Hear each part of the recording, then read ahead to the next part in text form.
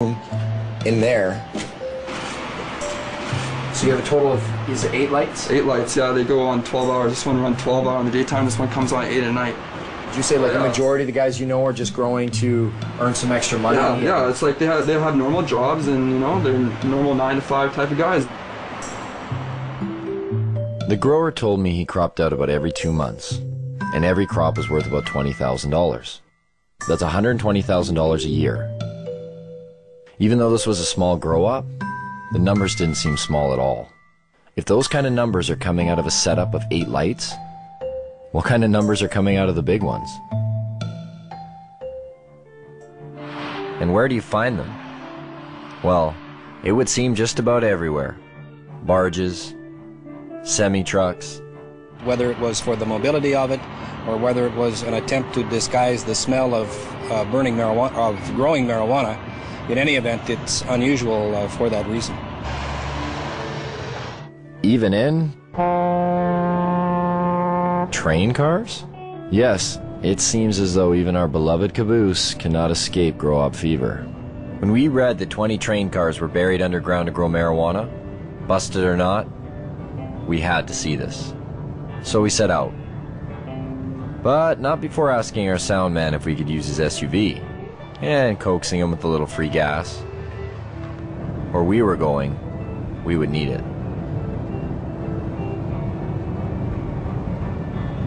We're in the boondocks, way up here. You wouldn't want to go over that puppy. This is what they brought up diesel fuel to power the generators in. With how much they were growing and how much the generators needed, I mean, that's a full truckload there. And finally, after a few hours on the highway and climbing up the side of a mountain, we get there. We had to go into 4 low just to get up here. And you can see I'm dressed right. I'm in jeans and frickin' sneakers. Fuck. My feet are cold. There's no neighbors.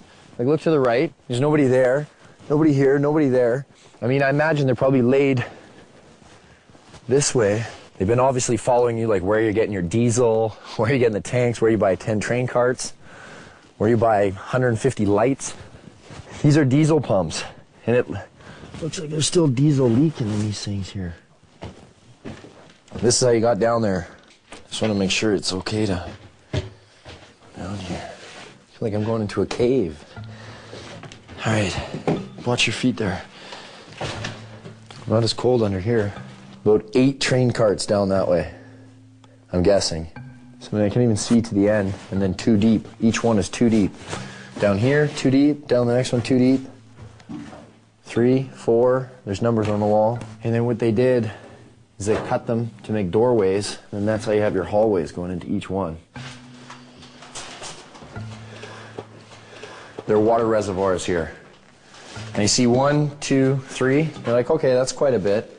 But then there's this one, and that one, and another one at the end. Look at these things. Like, no wonder the cops just left it. Moving this shit would be a pain in the ass. Yeah. These train carts, I see why they bought them. They got a deal. They're like all rusted in the bottom. We could start growing here tomorrow. There's still dirt and fertilizer ready to go. Oh, here, who wants a little leftover plant there? Look at this. Just look at all this wiring right here. You can see the cops have come, severed everything.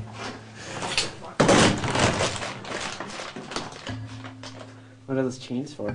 Chains are where they were hanging the lights. The reason why they use the chains, because then they can adjust the height. You know what? Actually, you want to get me to run all the way down to see how far away I am? So I'm going to go to the end here and just show you how deep this is. And this was all filled with plants. Whoa. I'm at the end. Now I can hardly see over there. It's just like lights to me. This is how far away, like to give you an idea just how big this is. Oh, it's a trek just to get back to where you guys are. And you're going to see a lot of repetition because here it goes again. Bang. All the way down. When it said in the paper 20, it's got to be 10 long and 2 deep each one, because then you got your 20 carts. Man, I wish we could have seen that while it was still rolling. That is crazy. You wouldn't know there's a law here. Check this out. Cannabis Day, an actual day dedicated to marijuana. And take note, this takes place on one of the busiest high-traffic blocks of BC's largest city, Vancouver. Marijuana? It's everywhere. Consumed and sold in every imaginable way. Pipes, bongs, joints, baked goods. It was hard to imagine that nearly every person attending this event was breaking the law, and yet no one seemed to care. The police were there, but not to bust people. They held traffic for the band to play for Cannabis Day. Now they went back to their side of the street. Sure, no problem, brother. No problem. Flying with the 5-0. One of the organizers told me that in all the years this event has taken place, there's never been a violent incident, except once, by a man who's believed to be under the influence of alcohol. We heard there was a jazz festival happening at the same time on the other side of the block. It wasn't doing quite as well, but there was one group doing all right. Right up there, as you can see, is still Cannabis Day going on, but right here, not even a block away, is a church retreat, and they're selling donuts. I was like, well, what do you guys think about the rally? And they're like, we need to pray for them. And I was like, what? You guys are selling food for them, right? And that's, I'm sure they've sold record amounts today, I guess, too. So we'll see. We'll get an interview here shortly, hopefully. The interview never came. There was so much marijuana, it was unbelievable. I think we almost all got contact highs just from being around the smoke. But I did get a donut. I did purchase some of these on the way out. Those church girls got me. A culture of marijuana has been established in BC, from paraphernalia to cafes, from seed selling to its very own political party, the BC Marijuana Party, even bakers.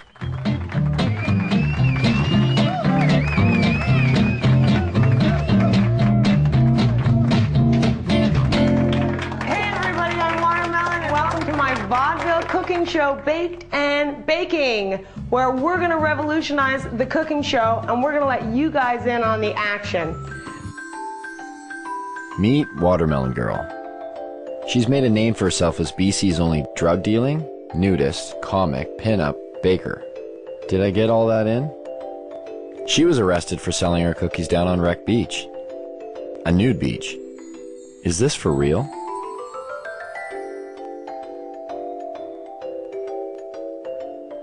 I'm like the Heidi Fleiss of weed. I tell everybody, like lawyers, doctors, like there's no proverbial yo G, you know, like none of those, like all professionals come in through my house. You know, a lot of people with money, a lot of people in politics. You don't want to know who comes through here, you know. My mother was a baker and her mother was a baker, and we just bake. So I made these pot cookies and I started selling them. It's hard to ignore such a large demand. So if you got arrested one time on Wreck Beach, right? Yeah, I've been arrested more than once. Allegedly trafficking ginger snap cookies.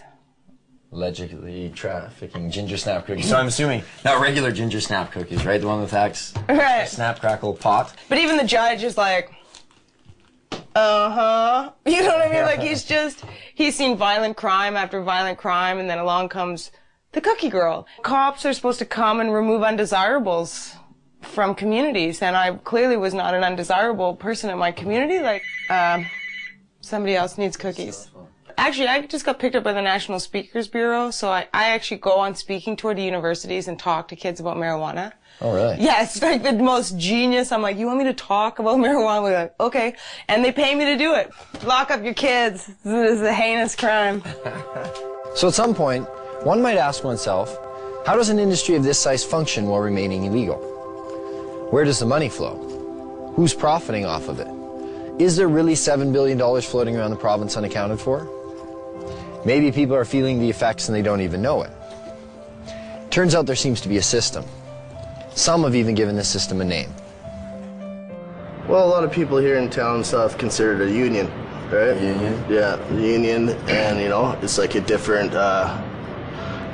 term for pretty much industry. It's this underground thing where there's so many different tradesmen and different people all working together. You have to work together with people that you trust because it's illegal to do what people are doing here. So this is how the so-called union breaks down. And of course, there are many exceptions to this, but this is the typical setup. First, you have a home or landowner. He doesn't take on much responsibility. He is simply the legitimate owner of where the grow operation will take place. All he has to do is pick up a briefcase every 3 months and pay off his mortgage. His hands are clean because he can claim ignorance if the grow operation is busted. Oh, I'm sorry, officer. I didn't know they were growing marijuana there. Then you have his 50-50 partner, the contractor, who will provide the equipment and hire the grower or grow himself. The grower is known as the fall guy.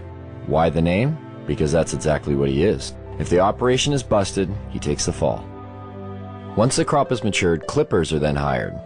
They prep the weed for distribution by cutting away the excess leaves and stems. What a lot of people don't understand is a part of the marijuana plant that people smoke is the bud, which in essence is the plant's flower.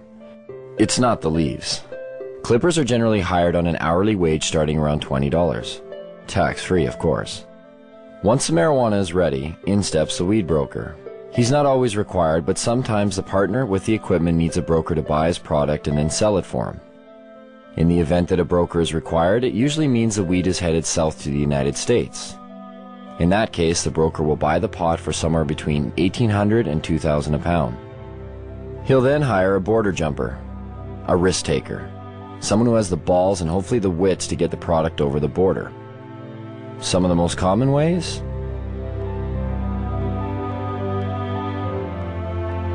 The border jumper's fee varies with each trip, but they're always well paid.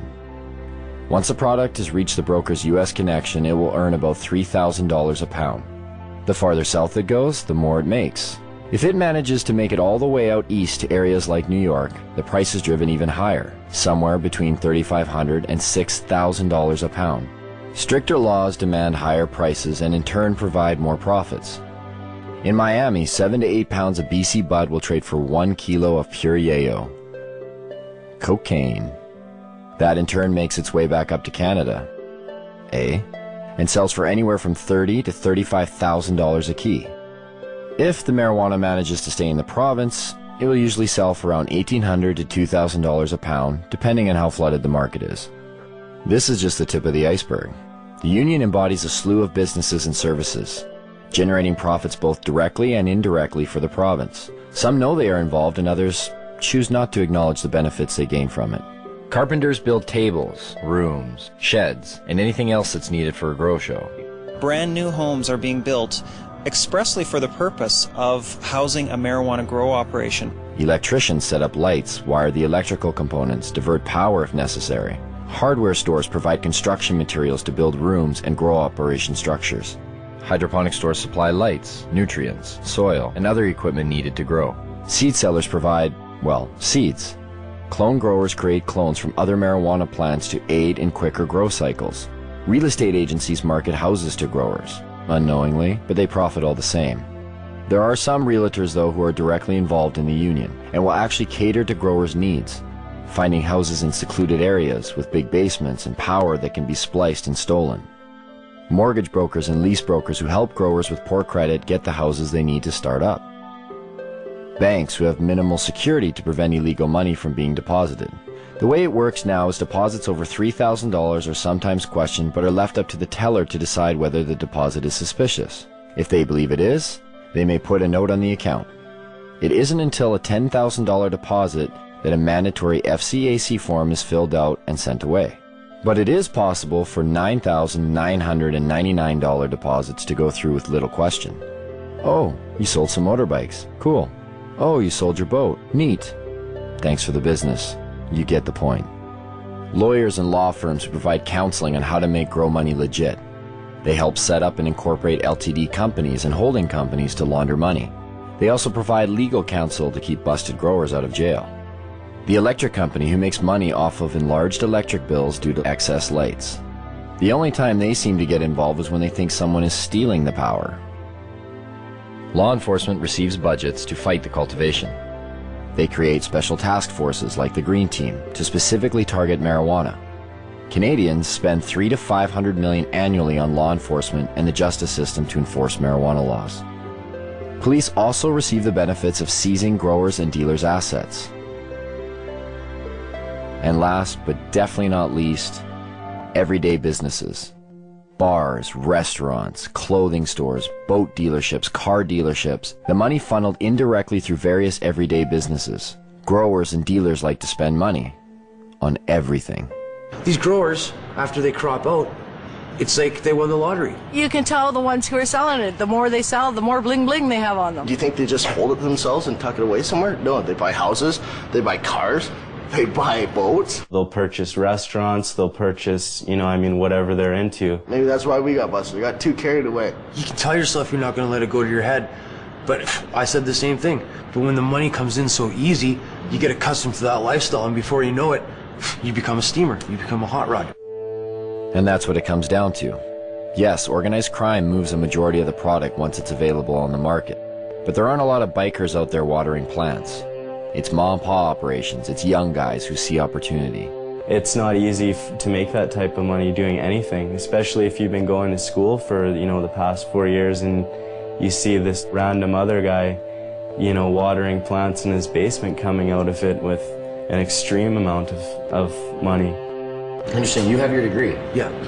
And then you're in the... Yeah, I made the choice to put that aside and start growing weed. I could be making $33 an hour, which is a great wage, but really, why would I want to do that when I have the knowledge to make in a whole year in 2 months? What have we learned so far? Well, one, the prohibition hasn't reduced the demand, and it certainly hasn't reduced the supply. Two, it's a steady source of revenue for organized crime, which in turn attracts young people because the money is so easy. And three, being an underground market actually creates crime and violence. And yet, the only one paying the costs for all of this are the taxpayers, people like you and me. Even further, this whole deal is over a drug that seems to pose no more of a threat than the substances we already regulate. At the very least, why isn't this up for debate? Dwight Eisenhower once spoke of a military-industrial complex. Have we built up a marijuana prohibition complex? The real war on marijuana didn't start until 1972. And President Nixon said, it's all the Jews smoking pot. And he really said that. When Nixon got into this with his war on drugs, he had things that he wanted to do. He had an agenda. A lot of the information that was kept and warehoused in the Library of Congress and also at major universities was actually recalled and destroyed. The Nixon report that came out through his administration was called the Schaefer Report. It was by a Republican governor, and when he studied it and gave an answer, you can pick this report up, pick up any page, open it, and if you actually have experience with cannabis, you'll realize they're telling the truth. And then when it came back saying that marijuana was essentially harmless, he totally ignored it, said we're going to launch a war on drugs anyways. He didn't even print as many copies that Congress and the House would have been able to see. 1970, beginning of the war on drugs. 76 New Jersey troopers became detectives. I was one of them. They designated 1/3 of us as undercover. I happened to fall in that 1/3. That's where I spent the next 14 years of my life. What we were targeted on was the pot smokers. There was a very good reason we were targeted on pot smokers. Most of them were protesting against the Vietnam War. Now, if you could arrest that whole group of people because they were smoking pot, you didn't have to have a Vietnam War protest, which Mr. Nixon thought was a pretty good idea. So when President Nixon declared the Civil War that we're living in right now, the drug war, in 1972, it was really a war on marijuana. It really didn't kick in until the 80s when Reagan, took over his presidency of the U.S. Ronald Reagan, he said, these young people, they get together, they read books, they smoke marijuana, and they talk. Like these three elements were a recipe for disaster. How do I feel about legalizing marijuana? Am I for it or against it? I am totally against legalizing marijuana. And make no mistake, in the U.S. government, the focus of their war on drugs is cannabis. The focus of their rhetoric is cannabis. It's certainly used as a poster child for all drugs. When you see an ad for drugs, it's always the marijuana leaf that goes up. It's almost like a religious jihad, more powerful than going for the gusto. Causes people to think. When people think, they question. They question things like, say, the war in Vietnam, or race separation of blacks and whites like they did in the 30s in the jazz clubs, or women's rights, or the Gulf War, or oil wars. It's real simple. You put your loafers on, you put your black socks on, you get